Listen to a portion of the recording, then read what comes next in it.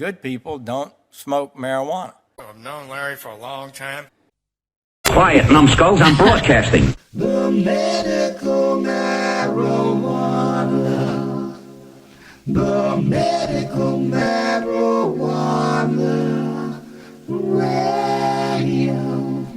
Radio show. The medical marijuana for you and me. Ah, yeah, the medical marijuana. Whoa, whoa, whoa, whoa, ah, yeah, the medical. It's the medical marijuana show. You will know. Welcome to Medical Marijuana Radio's Best of 2019. I'm your host, Larry Love. This year we did a lot of great interviews, and we narrowed it down to 5. Sorry if we left some other ones out, but for time, we just had to give what we thought were the best overall interviews that appealed to the most people, not just around the country, but also around the world. In part 1, we will have nurse Barbara Blaser, Rob Streisfeld, also known as Doc Rob, and Sharon, a very prolific writer. Part 2, we will have Daniel Desai, a real OG who has now opted to leave the cannabis industry right at its height, and attorney Ken Sobel, who goes around the world and many states here in the U.S. trying to write the laws for medical cannabis. So, I hope you enjoy these interviews. When you're finished with Part 1, please go look for Part 2 and listen to that one. Thank you very much, everybody. And we're back, and I'm really happy to have Barbara Blaser on today. Barbara Blaser is a 73-year-old RN who is now in the medical cannabis industry with her expertise of over 50 years helping people with their afflictions and being a nurse. So welcome, Barbara Blaser. Thank you for having me. I'm very excited to be here. So tell me a little bit about how you got into the cannabis after being, a healthcare provider as a nurse for all these years. I think that for me that's a very interesting story because I've been an RN for 50 years and grew up in the 60s in a community where just say no with drugs was very big. So I had said no for many, many years, and I had a daughter that for sure was saying yes. Some people may know her name, Debbie Goldsberry, and people would ask me, well, what does Debbie do? She's in marijuana. And I would say, it's not my business. And I hear that all the time still. It's not my business. Then about 3 years ago, a serious illness put me in a coma, on a ventilator, with a feeding tube for a year, in a wheelchair for 6 months while I relearned to walk. I was left with PTSD, chronic pain, anxiety. Cannabis became my business. And that's really, I started reading about it. I started listening to people's stories, and I became a story myself and went to work in the industry. So had you ever tried cannabis previous to this, and how were you talked into trying the cannabis for your condition that you were in? Okay, and I will tell you, this is probably a story that's never been told in public before. About 15 years ago, Debbie called me and said, would I please come to her house and feed the baby while she took a shower. And I only had a little while to do it because I actually had a haircut appointment. It was the last day for a free coupon. I was going about 30 miles to get my hair done. So I'm feeding the baby, and if you're ever at somebody's house who's in the cannabis industry, there's never product, never, just in case, never product. But I always kind of smell things and before I taste anything. There was banana bread and butter on the counter.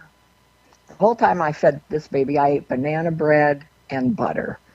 Shower's over, I get in my car, I drive an hour to my beauty shop appointment, I get almost to Walnut Creek, and I think, oh my God, I have on my husband's glasses. My vision was kind of strange. I didn't think anything about it. I missed my exit. I'm still not thinking anything. My phone rings and this voice says, Debbie wants to know where you are. I said, I'm getting my hair done. She said, well, did you eat the banana bread? And then it dawns on me. And I said, I've got this haircut. I'm getting it done. She said, no, you don't understand. It takes about 4 hours to reach its peak. You ate a lot of banana bread. I said, I'm 6 feet tall. I weigh 200 pounds. I'm getting my hair done. This lady scrubbed my hair. I wanted to marry her. I'd never had my hair washed like that before. Then she says to me, we're going to put the color on your hair, and we're going to put you in this massage chair. I tried to fit that chair in my purse. It was like when Harry met Sally. I loved that chair. I mean, I remember that it was around Halloween. I said, is that candy for everyone? I finished my hair. I got a car, drove back to Oakland, parked my car to go into the movie theater to get tickets. And when I started out, there were people at my car. I knew they knew that I was high. Of course. And that they had called the cops.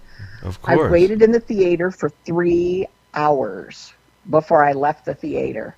13 hours. It was 13 hours before I was no longer feeling the effects. I later was told that when you eat it with butter, it takes longer. So that was my first experience. Wow. 15 years ago, never tried it again, and then got sick, and my kids all said, you have to try this. Took me a while. I came to work at Magnolia as an RN because seniors were the fastest growing group. And Absolutely. for a while, I could talk to them about what the books said, but I needed really personal experience. How can you tell someone with insomnia that cannabis can make a difference if you don't know it yourself? I agree. So I gently eased into the products and have been using ever since. And so, in your capacity at Magnolia, do you help first-time users with the experience that you had, use cannabis? Because it can be very tricky. I actually, you don't know this about me, but I managed a dispensary, one of the first dispensaries here in New Mexico for 2 years. And being that I'm 69 years old this coming year, in about 6 months, I had lots of experience, more than, let's say, the owners of the dispensary and so forth. So I actually counseled people on how to get started, especially with edibles, because that's really, really tricky. And of course, some people can get too high or have, like I like to say medically, too much of an effect that is uncomfortable. So how do you do that if someone in our age bracket comes to you for the first time? I think that I've been there 3 years, and certainly many things have changed during that 3 years. When I first started, it was only medical. And the population that we saw were fairly young, and that's so funny to say. I was going to say they're fairly young, under 50. Oh my! But they were fairly young. They probably came close to having one of the diseases that was listed in criteria for getting a cannabis card. But a lot of them already knew quite a bit, and there weren't quite the number of products that they are now. But I will tell you that on January 1st, 2018, everything changed. That was the day that adult rec came into being. And what it seemed to do in my mind was it set free a huge population that in the past had been afraid to come. Because on January 1st, 2018, we were actually flooded by people in their 70s and 80s. We had family groups from ethnic backgrounds that we had never seen before. So Asian families, the mother, the father, 2 sons and a daughter, came in together looking for something to help with anxiety, depression, nausea from chemotherapy, chronic pain, and I try and meet with all of the new patients. I do see a huge number, and I will say huge number, because I made kind of like, I don't know that it was a mistake, but I appeared, no, it wasn't a mistake. I was on a program called The Sacred Plant that interviewed me at Magnolia, and at the end of the interview, they said, well, do you help anybody? And, and I waved my arms and said, oh yeah, anybody can call, not knowing that meant that 100,000 people that were part of their subscriber network would pass my name on to friends. So I make individual appointments in answer to your questions. I take individual appointments with people. I do 3 a day. They're 1 hour. We assess what they came for. We evaluate what their treatment goals are, and I'm not sure that's the right language to use on the radio because I work really hard to stay within the Nurse Practice Act, Right. and not to violate the rules that were promulgated by the Board of Cannabis Control about who can make recommendations. But we do an assessment. We talk about what they want, what their lifestyle is like, what medications they're on. If they have multiple medical problems that are beyond the scope of what we can handle, I refer them out to a doctor or a nurse practitioner. Great. If they have a simple issue, my knees have been hurting my whole life, the first thing that we might do is talk about what is their life like, and look at, it would be easier to do this with insomnia. If you come and you have insomnia and you watch television in the bedroom, you keep your cell phone on in the bedroom, your CPAP makes a lot of noise, we evaluate the effect that might have. Right. When do you stop drinking coffee? So we do a lot before we say, oh yeah, take this. Smoke this. It's going to make you feel better. In that regard, having new people who never thought of getting access medicinally are going in now, adult use wise. So you just said that you would recommend certain people to go see a doctor. Would that be to get a recommendation so that if they really, are a true medical patient, that they can? Are you getting better prices on the medical side, like without taxes and so forth? So does it make sense for some people to get into the medical program with a recommendation? I'm not positive. I'm not, the way you phrased it, I'm not positive. Certainly, getting that card from the county gives you those benefits. You don't have to pay taxes. Right. So that would be it would be a benefit then. If somebody unfortunately had cancer and they wanted to go through the 60 grams in 90 days, the Rick Simpson protocol, so to speak. Right. So obviously that's a costly protocol to go through, and would pay for someone, to see a doctor and get the recommendation, I guess, because the taxes, I understand, in California can be really, really high on adult use.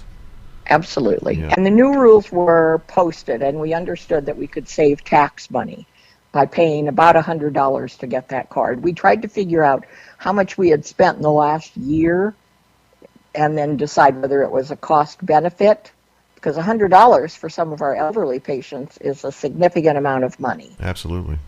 Now, like at Magnolia, we currently have specials every day, and on Monday in particular, seniors save 20%. So if you are the user of a product that only costs maybe $20 every 2 weeks, then saving $100 isn't necessarily the best deal for you. Right. So, for the elderly, and you and I are included in that. Thanks. well, we are. We have to. Right. We have to embrace where we are in life, for sure. I mean, honestly, I don't feel any different than I did when I was 22 years old. That's in my head. I just try not to look into a mirror. That's the key. I see some old lady keeps jumping in front of me when I try and look in the mirror, because surely it isn't me. So what kind of medicinal products do you guys have? Do you have a full line of different strength suppositories, and are there any inhalers happening now? And what do you recommend for like MS patients? Let's say what kind of products do MS patients need? Well, so one of the first things that we want to do is we want to evaluate what your interests and abilities are. And law says that people can only buy for themselves. Like, you can't come in and say, my mom's sick and she's in a nursing home and I want to get her something that they're not going to find. That's against the law. So we have this full line of products, and it's really fascinating. So if you come in and you tell me that you have, and I'm going to do it instead of MS, I'm going to do anxiety. Perfect. You have anxiety, and you know that when you get in the car to come to work, that when you get there, you're going to have your evaluation. And you begin escalating. And though, as soon as the evaluation is over, that's going to go away, because realistically, you're going to get a great evaluation. So you might need a tincture, because the tincture goes under your tongue. It takes a few minutes You keep it under your tongue a minute or two. It only lasts 2 hours. It comes and it goes, and it gets you through that meeting. And you can choose what kind of a dose you're going to get, what kind of a strength, 20-1, 8-1, 10-1. And at our dispensary, we might at any given time have 15 different tinctures. Again, under your tongue, a minute, takes 5 to 7 minutes to work. You can repeat it in 2 or 3 hours if you're still kind of upset. But it's quick and dirty. It doesn't hang around. Right, dosage is so important. That's the most important thing. It's so. With that being said, I mean, first-time users, I used to tell them to start very low, and work yourself up. I mean, even for anxiety, which is the most popular, so to speak, affliction that cannabis is being used for. You can smoke a joint of a sativa. And if you smoke the right dosage, it will help anxiety. But if you take, one puff too much, it could put you into an event of anxiety. So it's really finding your dosage, for me, is like the most important thing in any kind of cannabis product.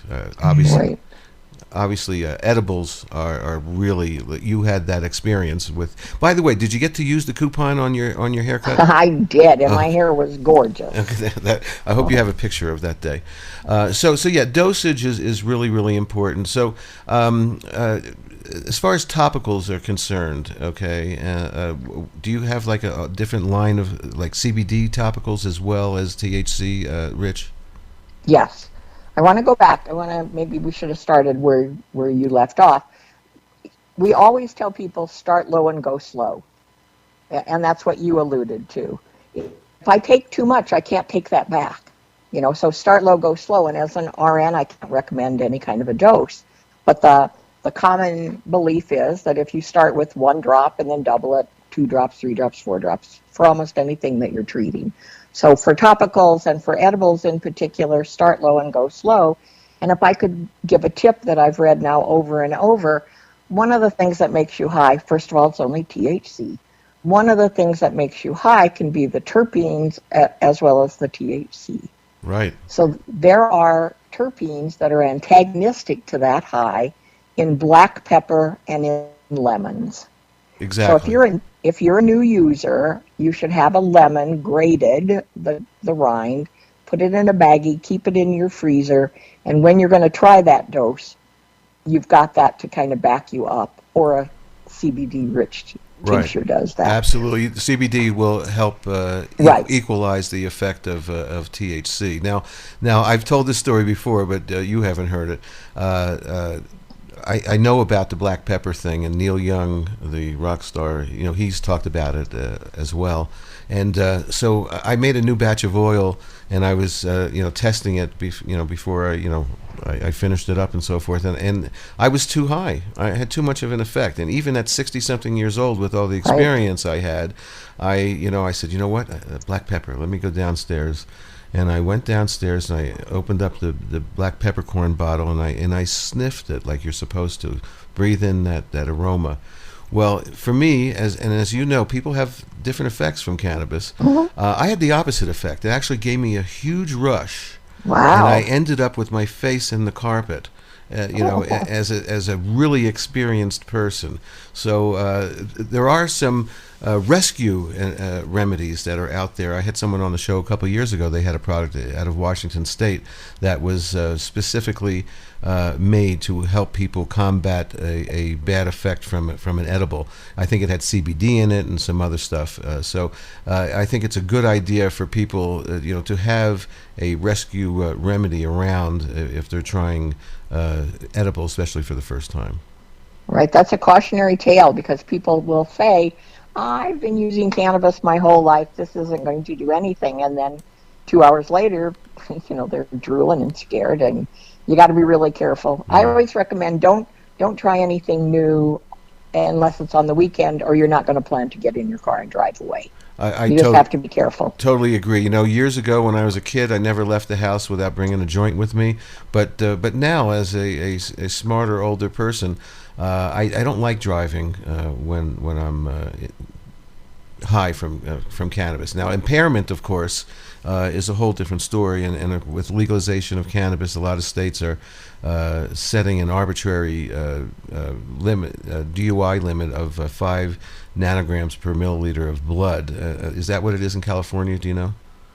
I think, no, I'm going to not even try and guess. Okay. I was going to say that I think it's similar to 0.8 for alcohol, but I'm not positive about that. Well, so it's really important that states that are going to be legalizing, either for medical or for adult use, that impairment needs to be, identified. We don't know what impairment means Right. with cannabis. There's stories, written now and studies that say that cannabis makes you a better driver, and there's less accidents and less people, dying from accidents, than they were when everybody was using alcohol. I mean, obviously we know alcohol is much more debilitating than cannabis is. So let me ask you this: as a nurse who you studied for and worked for 50 years, what is your biggest surprise about cannabis medicinally? Is it the anxiety? Is it the possibility that it shrinks tumors that we've known since the 70s? What was the biggest surprise as an educator and being educated in medicine? I think the biggest surprise was that I believed a pack of lies that weren't true. Ah, yes. That was the biggest surprise.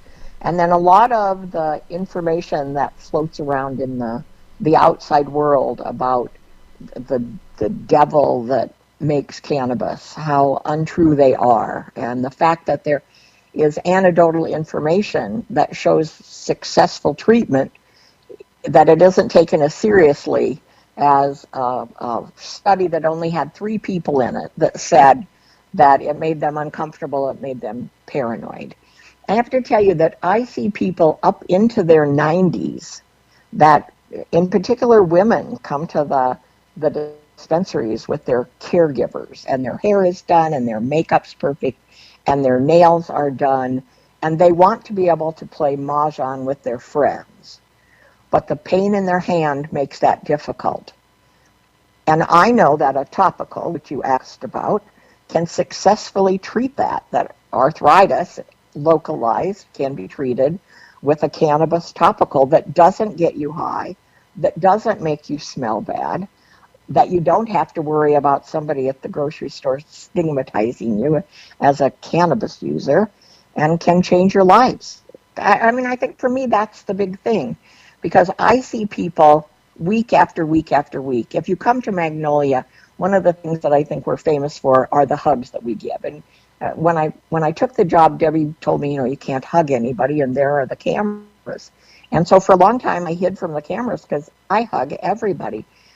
But I see people who came using walkers, and now that pain is gone. The pain in their knee, the pain in their back, their sciatica, their peripheral neuropathy. I mean, there's just a wealth of things that are covered by the American with Disability Act, which are included kind of in the cannabis rules, that can be successfully treated with cannabis. And that's the key. Can be successfully treated with cannabis. I can't say that enough. That's the key, but it's also one of the detractors. I mean, every time people who are educated about cannabis say it's good for Alzheimer's, it's good for Parkinson's, it's good for this, it's good Huntington. It's like people go, oh yeah, that's got to be BS, because how could it be good for everything?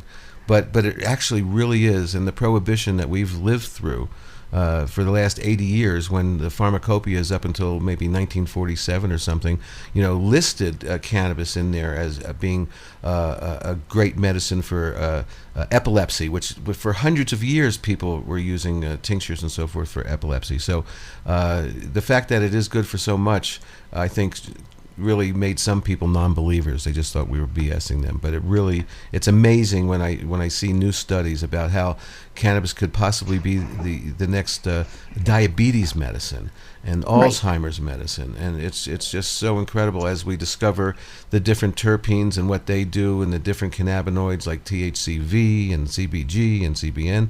It's quite amazing that we are living in a time right now where the legalization and accepted use of cannabis is just escalating really fast, but it took 80 years to get here. Right. If I close my eyes and I look at in my mind at the products that we have on our shelves, I can tell you that you can get up in the morning and you can soap up with a cannabis soap. There's a brand called Nooks and Crannies that it's a CBD line of soap, and it makes your skin soft and you smell really good and you get a little bit of a tingle, but not too much. So you can start with a soap. If you, and maybe I can say this on your radio, or maybe you have to edit it out, but if you are at an age where sex is an issue or a concern, maybe it's not what it was when you were 30, there are topicals, there are tinctures. We teach classes in seniors, cannabis, and sex, and it's a huge area of interest for people. Right. We have an article. topicals. You have an article Right, that right. you wrote. Where can people read that article? Was it iBud Tender? iBud Tender. Okay, iBud good. Tender. Yes. Yeah. Go to iBud Tender and look for Barbara Blaser's article on seniors and sex. Right, and as an old lady, I can ask almost anybody, how's your sex life? Without somebody calling the cops on me. But that's an issue as we age. For some people, that's an issue. And I love some of the products say, like, try me, get hard, stay hard, and taste good. Who doesn't want that? Exactly. So, in speaking of senior citizens and so forth, I just read an article this week from a Hebrew home for the aged in New York State, to where they are now 420 friendly, so to speak, and they're going to be using cannabis.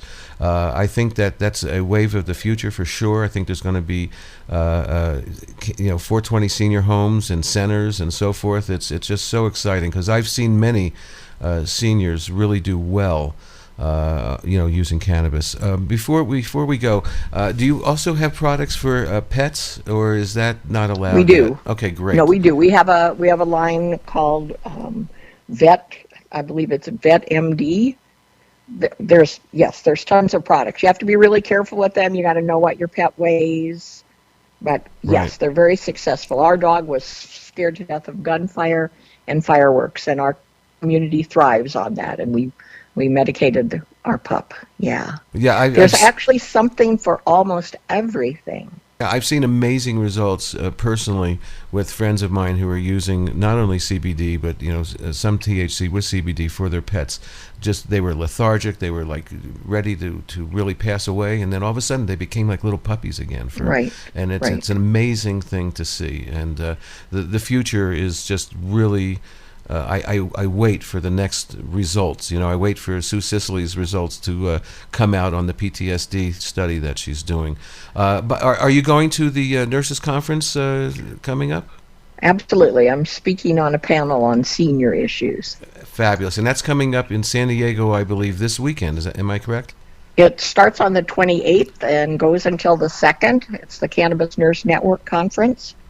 Well, I want you to give Heather Manis-Sobel a big hug for me when you see her, okay? I'll do that. Thank you so much for having me on. It's been my pleasure. I think we could do about a 4-hour show, and maybe we'll do something like that in the future. Barbara Blaser, thank you very much. It's Magnolia Wellness in Oakland, and thank you for helping people get into cannabis for their health. It's really an important thing. All right. Thanks a lot. Call me if you need me. I'll always call you. Yeah, right. I forgot what happened last time I said that. We'll be right back after this. Thanks, Barbara. Bye-bye. And we're back. And online today, I have Rob Streisfeld, also known as Doc Rob. Rob is a co-founder and partner at Plant Medicine and Technology Lead at Beyond Brands. He's the director-founder at PhD Concierge, Inc. He studied natural preventative health and wellness at Southwest College of Naturopathic Medicine, and he also studied human biology at the University of Albany, State of University, New York. Welcome to Medical Marijuana Radio. Thank you so much for having me. Yeah, I've also squozen a little bit of natural gourmet culinary school in there as well.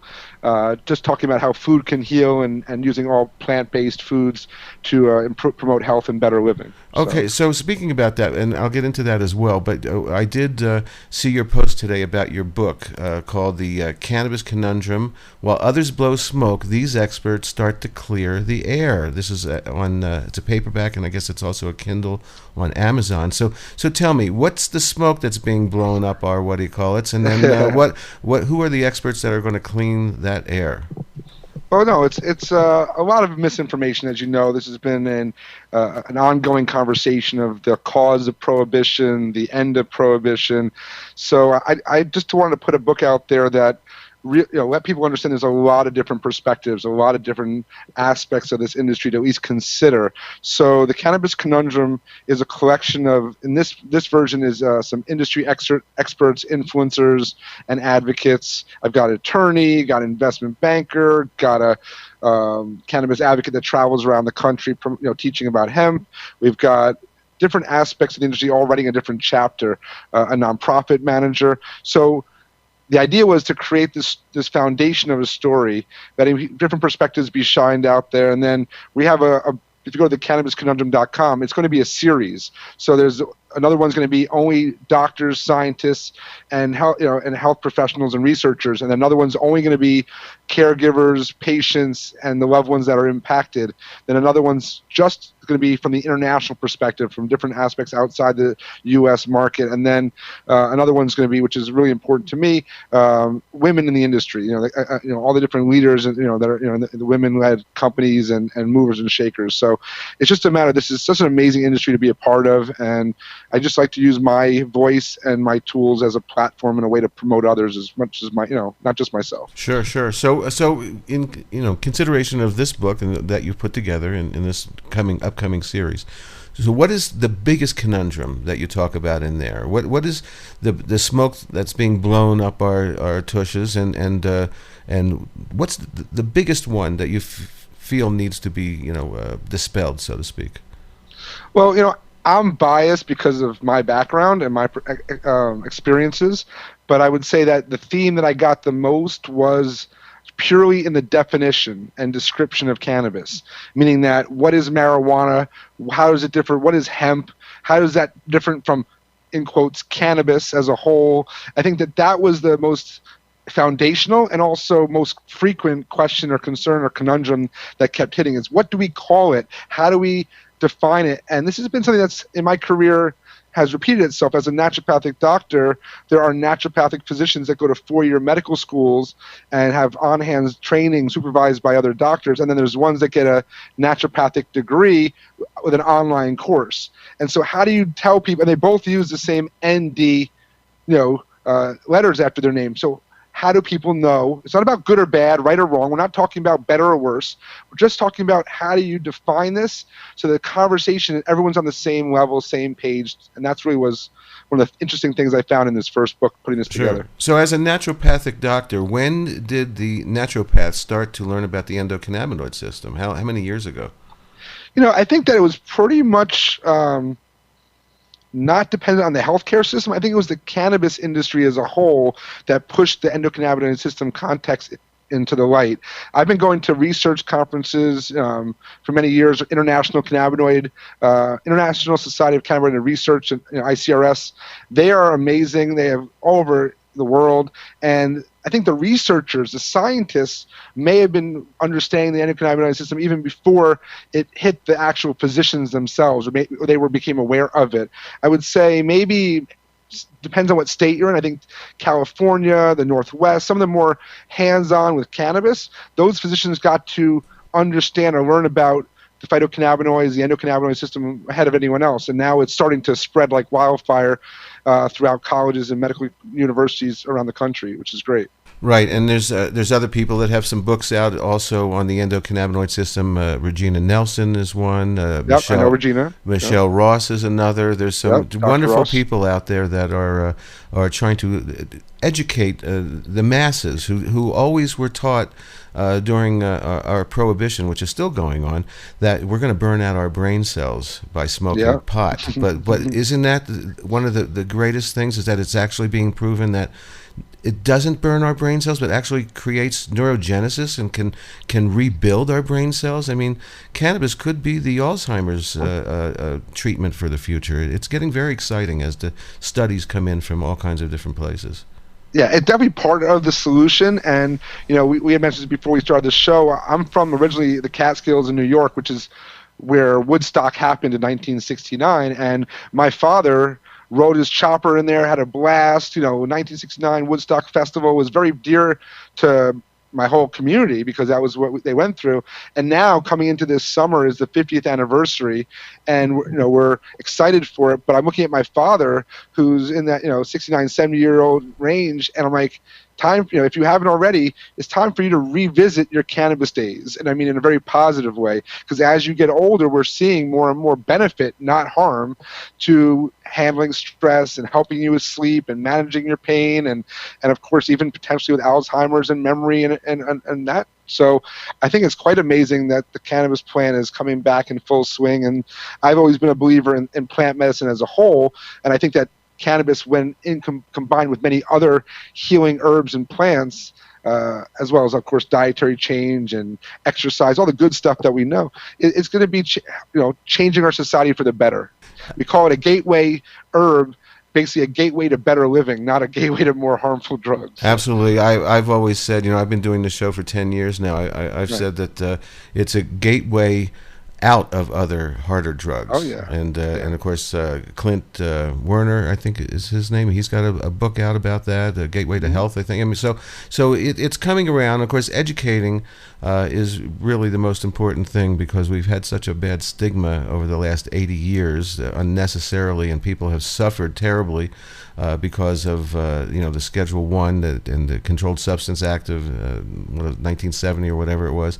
So we're starting to make very fast progress after a long time of this prohibition that has actually held us back. So so this particular book, The Cannabis Conundrum, While Others Blow Smoke, These Experts Start to Clear the Air, is available on Amazon in paperback at $9.99. And how much is the Kindle?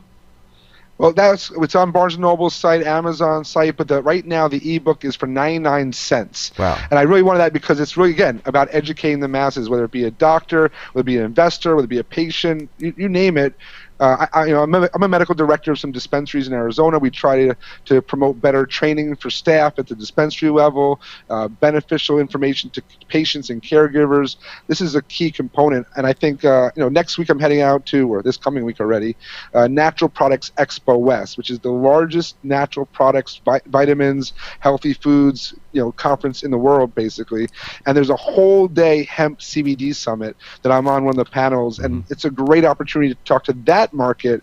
As you see CBD, for example, being now put into products all over the place, we've got to get some better understanding about how this really works and what we can use it for. Well, how are we going to teach the FDA to answer that question? Because we're having a problem right now with CBD being put into edible and topical products, according to our great new farm bill. So how are you working around that kind of stuff? Well, I'm a member of APA, which is the American Herbal Products Association. We have a great cannabis committee, and they're very active in helping with the communication to the FDA. There's also the Hemp Industry Association. Now there's a U.S. Hemp Roundtable. There's all these different organizations that are constantly going after, not in a negative way, because I think we're now getting greater acceptance. It's now more about the awareness and good information. They've set a meeting in April to start really looking at CBD, the FDA, more deeply. I think that this Expo West is always one of those moments where there's an intersection between medicine and natural products and consumer products and e-commerce and all these things. And this is going to be a really interesting conversation coming out of this week's show. So I'm looking forward to that. And then you have NOCO at the end of the month in Denver, which is a great hemp conference. There's just a lot of great trade shows and conferences and more information. So where's the California show this week? This is in Anaheim, California, at the Convention Center. And this is not just a cannabis show. This is anything that you would find in Whole Foods or your health food store, from vitamin D to coconut oil, you name it, everything's there. But this is a big topic and a big category, of course. I don't know if you saw last week the big news with Tilray, Yes. the large buying Manitoba Harvest, the largest hemp food company in the world, a company that I know very well, friends with the owners, and have been really putting hemp food on the map. I give them credit, them and U.S. hemp oil. Sure. So, and let's not forget Richard Rose, who's doing No, this Richard- stuff in the 90s and late 80s and 90s. I mean, he's a real I'm glad pioneer. you brought him up. I'm glad you brought him up. I mean, totally. He's a great resource of information today, and definitely was one of the founding fathers, I believe. So yeah, it's a lot of great information. Then you have overseas a lot of the things that are happening. That's really exciting, and yeah, there's just a lot of great stuff to be a part of, and So- this is why I love the industry. Yeah, so you mentioned HIA and the U.S. Roundtable. There's a lot of controversy regarding those two organizations. In regard to a lot of the Richard Roses and Veronica Carpios and people that have been around hemp for a long time. So how do you feel about the two organizations that seem to be criticized for being pay to play? There's going to be that backlash, and to some degree it's justified. Those people who put in the sweat and the tears and really ground for the last 20 plus years, there's people, Jack Herrera, there's all these people that have done a lot of good and been, figures, and are maybe not getting the spotlight or their due.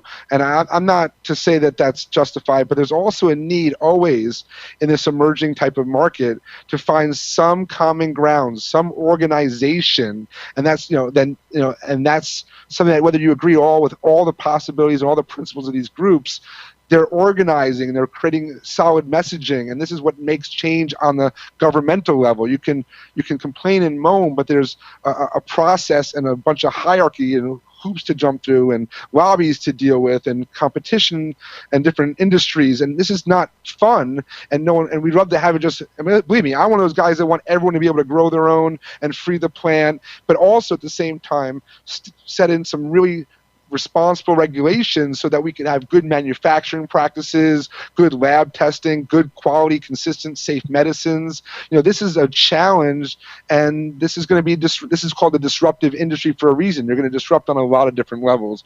I think that like with this open letter right now, I don't know if it's John Ruak against the U.S. Hemp Roundtable, the pay-for-play model, but again, I know that you'll talk about these people getting paid or getting benefits or getting seats at the table today, but this is just how industries unfold. I hate to say that there's going to be people that are going to lose out or not get the spotlight or the accolades they deserve. But then I hope that people like yourself that keep putting those names out there, people like myself that share information constantly, we kind of keep telling the story over and over again, and hopefully everyone will get their words. Sure. There's new stars and old and old sons. I would say people that let the fire burn for a long time. So the interesting thing about all this is this is a new industry that is just blowing up now because, after the 80 years of prohibition, we finally, came around. We proved that in 1996 when California passed the first medical cannabis bill, we proved that there's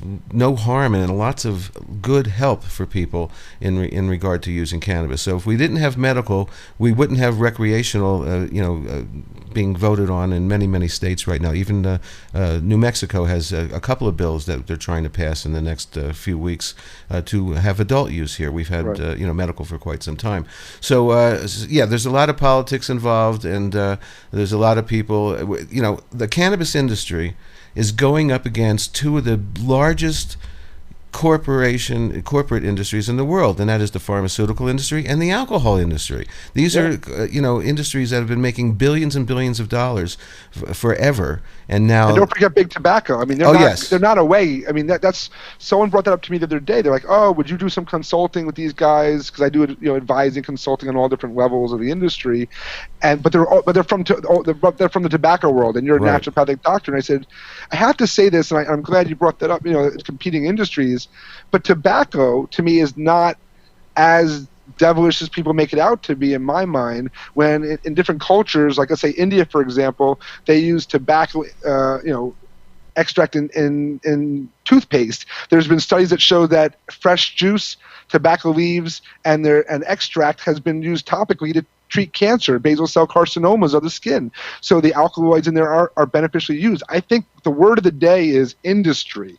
When you develop an industry where now you're commercializing and scaling up cultivation, you're scaling up production, you're adding in ingredients and additives and adulterating what was once a gift of nature, this plant, then this is what makes me nervous about cannabis too. I think that the more we go into the isolations and the super extractions and all these other, again, there's application for all of it, but I think we have to respect the natural form of the plant, the unadulterated form Totally of the plant. agree. Yes. And that's a real thing that I'm one of those speakers about. I'm one of those people that hold true, put my flag down for the plant in its whole plant raw form. And there's Dr. Courtney. I don't know if you know the Dr. Courtneys. Absolutely. But I adore them, and some people say, "Oh, they're off to the left." I mean, it doesn't matter where you're at; they're still advocating for the plant in a whole plant manner. Right. And I think, and they're doing amazing work with health stuff. So that's kind of where I'm saying is that the industry part is probably the word that we have to talk about. Is where does cannabis as a crop, as an agricultural, as a community, as a healing or medicinal plant, how does it become industrialized? Right. And that's really, I think will be the challenge, and people are starting to push back again. Sure. Just like they would in any change of such disruption. Yeah. So you mentioned Dr. Courtney, and I've read a bunch of stuff about that he's done and so forth. And you are also into natural plant medicine and so forth. Yeah. So raw cannabis or juicing raw cannabis. Are you knowledgeable about all of that? That's one of my favorite ways to consume the plant. All right, so I'm gonna ask you a question that no one has had the answer of yet. Okay. All right. And I'm hoping you do, because I'm asking. You know how they say asking for a friend. So raw cannabis, juicing it. Okay. Because it's a leafy green vegetable. Probably. Yes. Do you find, or have you heard about people having problems with kidney stone? If you're prone for kidney stones, is that something that you can do, or do you think that's not good for people that are prone to have kidney stones? It's a very good question. Typically, the kidney stones in the dark greens are from oxalates, and so the question will be: is the cannabis leaves high oxalate containing? Yes. And I don't believe so. It is an area, and shouldn't be talking, but it's an area that I am doing research in right now. It's something that I am very passionate in identifying all the different attributes so we can make that a more widely available derivative as well as a more informed option. So there's a gentleman here in South Florida, or not in South Florida, in Florida, Joe Redner, who, I don't know if you heard about that case in Tampa. Yes, he's the only one that can smoke bud now, right? No, that's Irv Rosenfeld. No. Irv Rosenfeld. No, the guy you're talking. I know about Irv. He's had the quote medical from the feds for the last 35 years. No, Joe, the other guy, Joe, he's the guy that was the owner of a strip club that sued to be able to grow his own, right? Right. So he had lung cancer. His doctor, who I applaud, recommended juice. He went and tried to get the juice, couldn't find it. No one made it available. So he sued the state for grow your own rights so that he could actually produce. So yes. That's something that, being here in the state of Florida at times for family, and I had unfortunately the passing of my mother, who we treated with cannabis. Mine as well. And but now we have a pretty progressive and open-minded Commissioner of Agriculture, Nikki Fried, here in Florida, and she's shaking things up with the hemp industry, and then she's actually looking at reevaluating the medical industry here in Florida, and I think that's a really great opportunity. So let me just interrupt, because Florida is very controversial. Okay, they actually were percentage points away from passing medical the first time.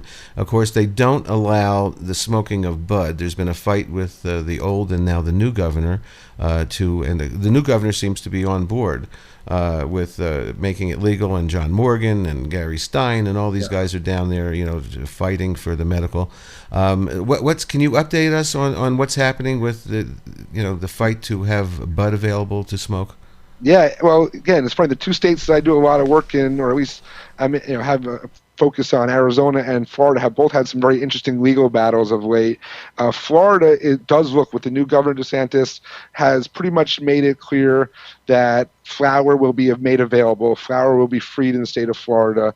That's what the voters wanted. That's what was passed by the state of Florida in the medical cannabis law. And to me, that's a great thing, because there's still going to be flour here in some black market. What about grow rights then for medical patients? Okay, so that was the first thing. The first issue on the table was the flour, but the whole law itself is now under reevaluation. They say this month in March and April, as I mentioned with the new Commissioner of Agriculture, she's talking about maybe looking at this under an agricultural purview versus a the health industry, here in Florida, having control of it.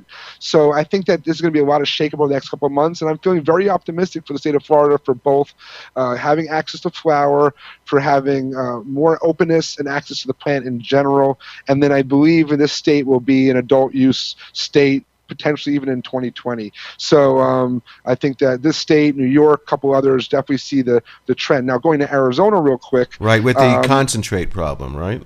Yeah, well, first is that they've been a great medical state. I don't mean it's perfect model. No model is perfect, but they've had a pretty good and consistently growing medical program in the state of Arizona. They did not pass adult use, close vote, but did not pass adult use, I think, a couple of years ago when Nevada did, which I think was a good thing. But they had a bigger issue that somewhere in their bill, they had it where there was a potential for restricting any sort of concentrate. Right. So, which is the real medicine. If someone's got cancer and they want to take the Rick Simpson, 60 grams in 90 days, they have to. That's a concentrate. This is the real medicine, so that needs to be available. Of course, and then you have it. The point is, we have this multiple year state-run program with 100,000 plus patients in it, and now you're going to go back and say, oh, by the way, now we're not going to let you have any products with concentrate in it. And that means that all those patients are now going to be left without medicine, and they just can't do that. So it looks like extracts are going to be, and concentrates are going to be allowed and consistently allowed in the state of Arizona. And I do believe that's going to be another state shortly that will start to open an adult use law as well. So Florida doesn't have reciprocity yet. Are they trying to get that? Great point to bring up. It's one of the things they did not do initially, but it is a big talking point right now because of its tourism and because you have snowbirds here from Canada, from New York, from all over the Northeast and the Midwest that are now patients in their state and want to come to another state for 3 months, 4 months, whatever it might be, and they're going to have some way to access their medicine. And many of these people are 65 and over, so it's not that they're going out there and partying and being troublesome. They're just trying to stay healthy and feel good. So this is going to be big changes. That's a big one that's going to change in Florida, which I definitely applaud. I don't understand why, if you're a medical state, you won't acknowledge another state in this country that already has done approved that. It doesn't make sense. Right. A lot of these new states are coming on board, but they're not looking at people that have been around for 10 years or so or more to get the rules together. They're making a lot of mistakes that they didn't have to make. Now, just briefly getting back to the raw cannabis juicing for a second, I think that's going to be an unfilled niche in the cannabis industry. Somebody should keep it quiet. Shh, I'm working on it. No, no kidding. No, you're right. It's definitely going to be a big play in the space, and I'm looking at that not just for the space play, but because I believe in it as a healing derivative. Right. It works amazing. It's supposed to be great medicine. THCA. You're not going to get too much of a psychoactive. I mean, I think your body might decarb a little bit to maybe get a little bit of something. Nothing that your body can't handle. And that brings up 2 quick points that I want to just mention there. Number one is the reason why this has happened and taken so long and so much discord in the different state-by-state laws is because our industry allows us to continually misuse the word psychoactive. We constantly use it in a negative tone, and that's not appropriate. Look at the definition of psychoactive. It's not a negative definition. I'm a doctor. This is not how we use it. So we have to come up with better ways of explaining it. And in so doing, they also are bastardizing THC for the sake of CBD, which, again, I am horrifically against. That you can't say that 1 compound's amazing or 3 compounds amazing out of 500, and we know that other one has tremendous benefit. It has more positive than negatives, and that leads me to the last thing, which we're going to just now, THCA. The other thing that I think is a bad misnomer in the way we talk is when you let people say that the cannabinoids are only activated once they're decarboxylated. Right. So that you're to say that THCA or cannabinoids, phytocannabinoids in their raw natural state are not active is ridiculous. So these are some of the biggest things that I pet peeves, I guess you would say, and things I'll be speaking about at the upcoming trade shows and conferences, and I talk about all the time on my radio show as well. So when do you do your radio show, and where do you post it? So I have a podcast that's on iHeartRadio and Spotify, as well as CannabisRadio.com. It's called Concierge for Better Living. And we take a health focus around cannabis, but I have different guests at different times. But we don't have a set. We just kind of usually post on Wednesdays, but I travel a lot, so I decided not to do a set date and time because life is not consistent for me. It's a little too erratic. But totally understand. Also, it's a lot of fun to do it. So. Tell me a little bit about Beyond Brands and what you're doing there. Okay, so I've been a consultant in natural vitamins, natural health for over 15, 16 years. Probiotics, for example. Most people didn't know that terminology 15 years ago.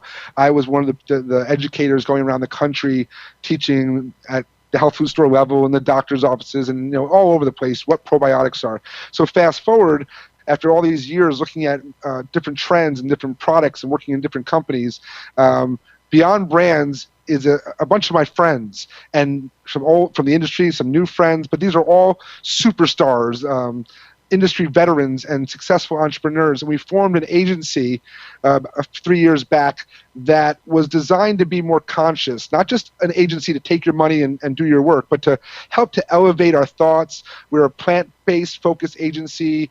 We've just launched a vegan seafood product, like a tuna fish made from legumes called Good Catch, and it's not sitting on the shelves that long enough at Whole Foods and things like that. So we're very much plant-based, sustainability. We're a majority women partnered, owned, and operated, and I run the plant medicine cannabis vertical for the company, but we work in beverage, we work in foods, we work in well-being. It's an amazing group to work with. A lot of the brands and products that you walk down the aisles at Whole Foods, my partners have had either a role they started or they consulted on, they did help design it. It's just an amazing group to be with. But and I run the cannabis division, but I haven't done a lot of business. We haven't done a lot of work with clients over the last couple of years, and that's done intentionally. We've been very patient, very strategic, looking for partners and companies that we want to be with for many years and support, not just to do, I could have booked a lot of CBD business, you can imagine, but that's not really what we're looking for. We're looking for something that we can put in our portfolio and feel like family with, and that's something that we hold near and dear. But we've launched a company called Mood 33 in California, and we're very proud about this. It's a infused beverage, herbal tonic, a sparkling drink that's doing amazingly well in the California market. And one of the reasons is we thought about the consumer. There's about roughly 10 milligrams in a whole bottle. Now, those beverages first came out, they were 100 milligrams roughly in a 12-ounce bottle. Right. And most consumers didn't realize that till they had a couple gulps, and they're halfway through the bottle going, uh-oh, what did I just do? But we want to make cannabis more lifestyle friendly. So if you're going out for a drink or you're going out to dinner, it's comparable to having a glass of wine or two or a couple beers. It's not meant to rock your world. It's meant to elevate your lifestyle. And so we're really loving that approach and really clean ingredients. And so Mood 33, if you're out in California market, check that one out. And there's a lot of more stuff coming out, under that kind of mindset. Sure. Well, Rob Streisfeld, also known as Doc Rob, you can find him at beyondbrands.org. Also, docrob.com, healthiereverafter.com, and of course, we just talked about his book, The Cannabis Conundrum. You can also go to cannabisconundrum.com, and also you said Barnes & Noble and Amazon has that book. So I thank you for taking the time today. My pleasure. And I'd love to have you back again. This was great. And anything else you want to end with there? No, it's a real pleasure. Again, I appreciate the time, and I love what you're doing and promoting good people, good information. It's what I love to do. And yeah, anyone that has questions, anyone want to reach out, Doc Rob on Facebook, on Twitter, Doc Rob's at IG. But yeah, here to help, here to educate, here to promote the plan. And I wish everyone all the best in health and happiness. Thanks for having me on today. Thank you, Rob Streisfeld. We'll be right back after this. And we're back. And online today, I have Sharon Letts. Sharon is a writer internationally on cannabis as medicine. She is a features writer and a TV producer. Her resume is absolutely incredible. So welcome, Sharon, to Medical Marijuana Radio. Thank you. Good to be here. Well, I saw a post that you made just the other day regarding titration and also tolerance. So it really struck me to be a very important subject to speak on. So tell me about that. Well, I actually witnessed the tolerance issues last year.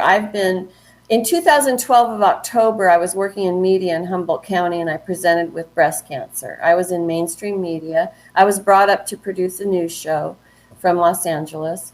And 6 years ago, I presented with breast cancer, was given the cannabis oil, and put the cancer into remission in 2.5 months, and all my prescription meds went away in 2.5 weeks.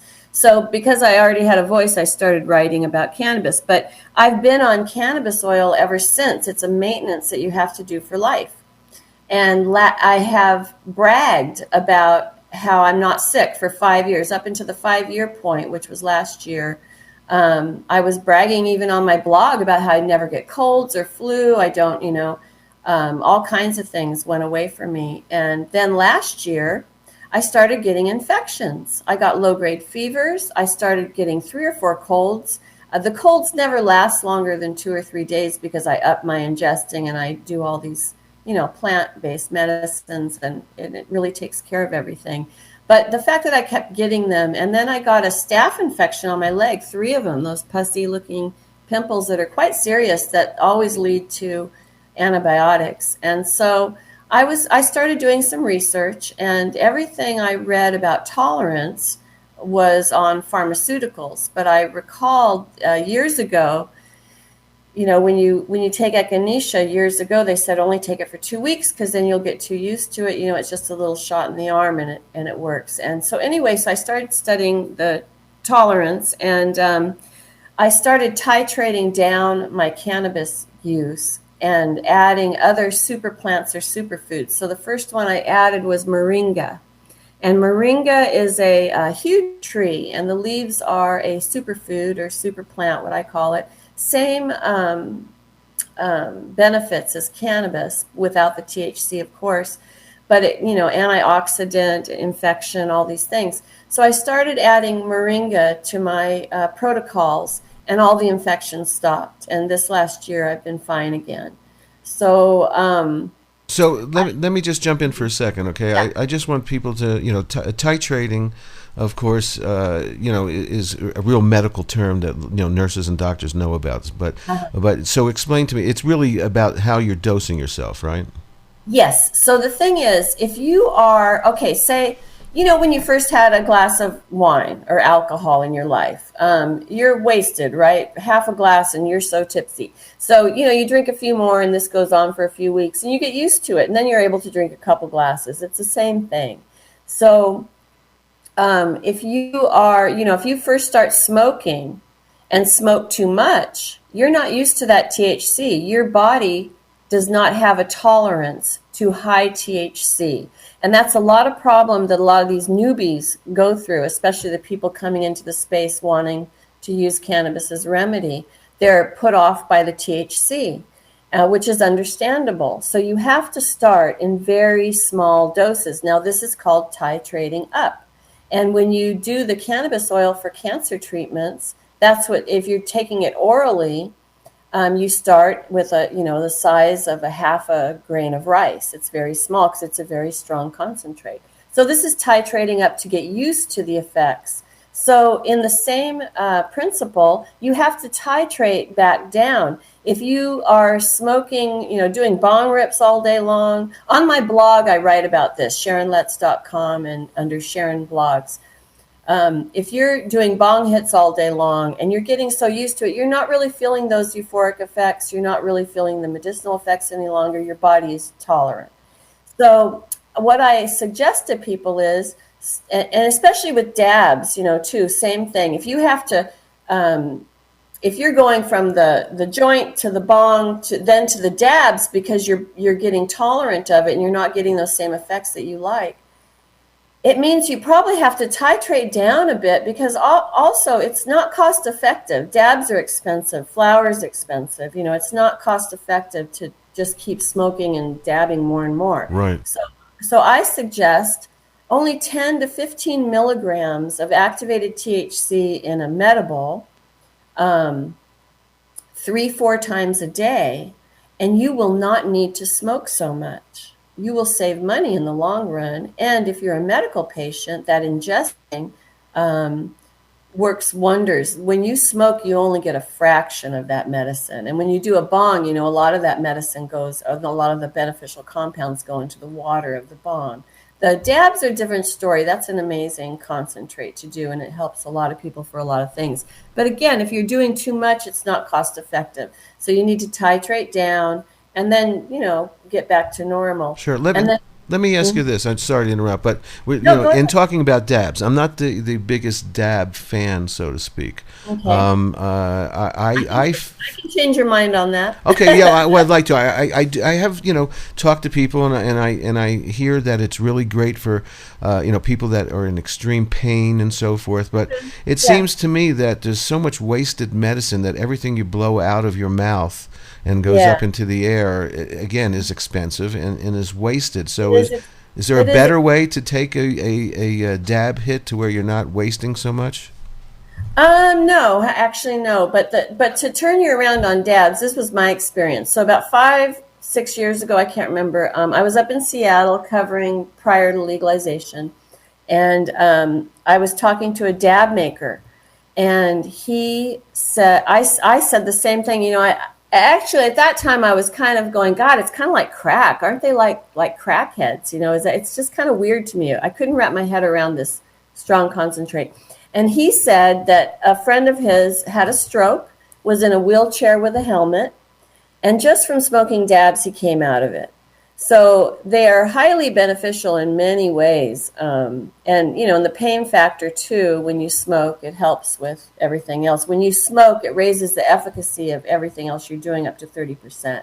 So smoking with ingesting and using topical, that's called that entourage effect. So It is very necessary. So do you think the trend now to take lower temperature dabs is better? You're getting the same? Totally. Yeah, you don't burn up. Same thing when you're lighting a bowl of flour. If you're burning that bowl, I was accused of it before. If you're burning that bowl with the lighter, you're eating up the medicine right there in the bowl. It's not even getting to you. It's very it could be very wasteful. So same respects, low temperatures are best for vaporizing or dabbing. Yeah. So let's go back to down titrating down when you have a tolerance. Okay, I think you said 15 milligrams 3 times a day. If you're that's about average. 10 milligrams is what most medibles now are packaged in legal states, and that's so recreational states. And medicine too. Yeah, well, the medicine, I think, don't most states allow the medical patients to have higher candy bars? Let's say, here in New Mexico, I'm buying 300 milligram candy bars. Right. So isn't that medically? Are you finding that it's disappearing as well? That medical patients can't get strong medicine because of recreational? Well, it's all about safety. And the thing is, you get a bottle of Valium, it's 10 milligrams each pill. They do that for safety, and you titrate up as you need more. It's the same theory. Right. Well, I just want everybody to know that I try to, when I buy my edibles, medibles, I try to make sure that they're around 8 cents a milligram of THC or CBD if you're in the CBD world. 8%? No, eight. No, I'm saying 8 cents a milligram. The cost is very high on some edibles. Oh, you're talking about cost factor. Cost factor, yes. So because obviously, if you're taking 10 milligram pieces of candy and you want to take 80 milligrams, you're practically eating a whole candy bar, which is not healthy either. So I do hear that. Everyone's different. Yeah. And of course, cannabis Depends on what your ailment is and what you need. If you're a cancer patient, obviously you're going to have to start with a higher dose. So okay, you mentioned that you were a cancer patient, and you did the grain of rice thing. How long did it take you to titrate up? Well, I was already used to the THC because I was already a smoker from the 70s. So it didn't take me too long, but actually I slept a lot. It really is a strong dose when you do it orally. Now we know that you can do suppositories with no head high. Right. Is that just as effective? Now, I've recommended, suppositories to people who, had, colon problems and prostate, even though you don't feel it necessarily, you're still getting a great benefit, right? Well, when you do suppositories, you're getting that medicine right to your bloodstream. You're bypassing your digestive system. When it goes through your liver, that's when you get the big head rush. So that's why there's no head high. But doing a suppository, when I did a road trip series for Dope Magazine for 3 years. I went to Paris. I interviewed a pharmacist technician in Paris. Most of the medicines on the shelf in Europe are plant-based, and most of the delivery systems are suppositories. The United States is the only kind of, I like to say, homophobic about suppositories. People feel weird about it. But in Europe, that's what they do because they know that that medicine is going to get right to your bloodstream. It's the best delivery there is. So in that case, is there a difference with a suppository with THC between THCA and decarboxylized THC in a suppository? If you're doing a non-THC activated product, that's THCA. Well, one thing I want to say, the compound in cannabis is THCA. It doesn't become THC until it's activated with heat. Right. So that's the first thing. So THCA has its own benefits. I make my tinctures cold processed THCA. It has the same kind of benefits, Are you doing a juice pressing as well? I did. When I lived in Humboldt, I'm in Mexico now, so I don't have access to fresh leaf. But when I was in Humboldt, I juiced for 3 years, and it's phenomenal. And Dr. William Courtney actually had my ear for 2 hours when I was still writing at the Times Standard. He had sent a press release out on juicing to all the papers in Humboldt. No one wrote about it. Everyone laughed. My editor wouldn't let me write about it. But I remembered him talking to me about it when my cancer came. So I started eating leaf and juicing first before I did the oil. And it's a phenomenal thing. Just juicing the leaf alone, you get just 100% of the medicinal benefits, and it puts lupus into remission, MS into remission. It really is an amazing thing if you have access to leaf. And I didn't juice per se. I didn't have a juicer. I just put a handful of fresh leaf every morning in my smoothie, and it was just phenomenal. Yeah, I hear great things about juicing. I think that's going to be something that the future is going to help a lot of people. However, the people that are in the medical industry, their product is worth so much more. Growing it out that the juice is not around. I think that if somebody goes into the juicing model, it's going to help a lot of people, and it's going to be really, really big. Yeah, so. The problem with juicing is you have to have fresh leaf. You have to have a way to store it. I used to freeze my juice in ice cube tray. Right. Did that for a while. Does that work okay? Oh yeah, it keeps it. It was tested by Sherry Blaser, the former owner of Lovin' It dispensary up in Mendocino. She had it all tested for efficacy at different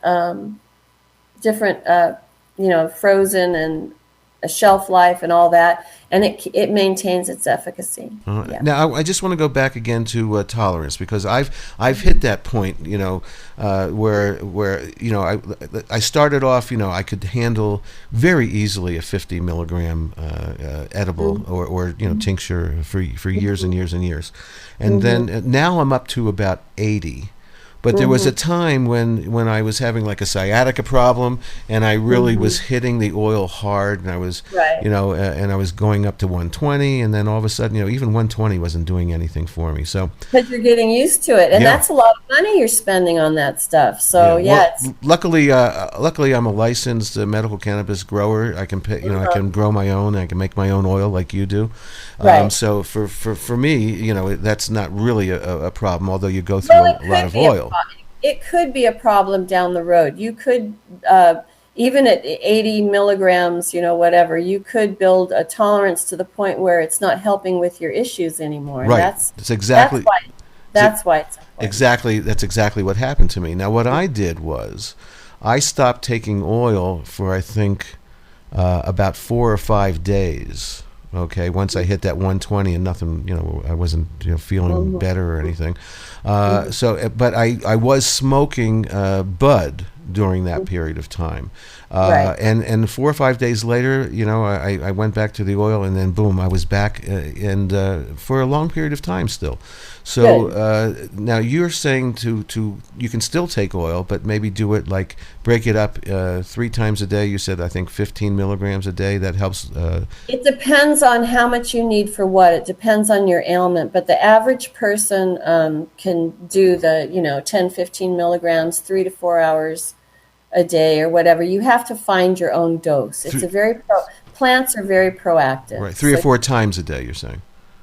As needed. I mean, it's up to you, what you need. All I know is that if you build up a tolerance to where you need 80 milligrams a day, you might want to consider titrating down, because it might stop working for you. And then in that thread that I had yesterday on tolerance, someone was saying,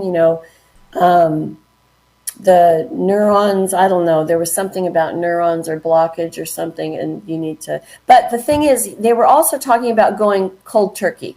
And I don't believe in that, because people that are patients need it. I mean, if I went cold turkey, I have thyroid disease with menopause. You don't want to see that. You know what I'm saying? Yes. You don't want to see me go cold turkey. So titrating down is the key. Keep it in your system, just lower it slowly. Wow, that's really important. Everybody needs to understand that, because again, wasting money, for people that have to buy retail and so forth is really something else. Oh, it's outrageous. Yeah. So let's talk about I don't want to talk about the whole article that you did about Olivia Newton-John. I read it yesterday. What magazine can people see that in? Culture. I read culture.com, Culture magazine. It's published out of Southern California. Jamie Solis is my lovely managing editor. So you did one of your profiles, of Olivia Newton-John, who's been going through her cancer multiple times over the last 20 years, I think, almost. Yeah. All my celebrity covers so far have been patient profiles. I've done Tommy Chong and Willie Nelson and Melissa Etheridge and many others, but these are all brand names now. Yeah, they are.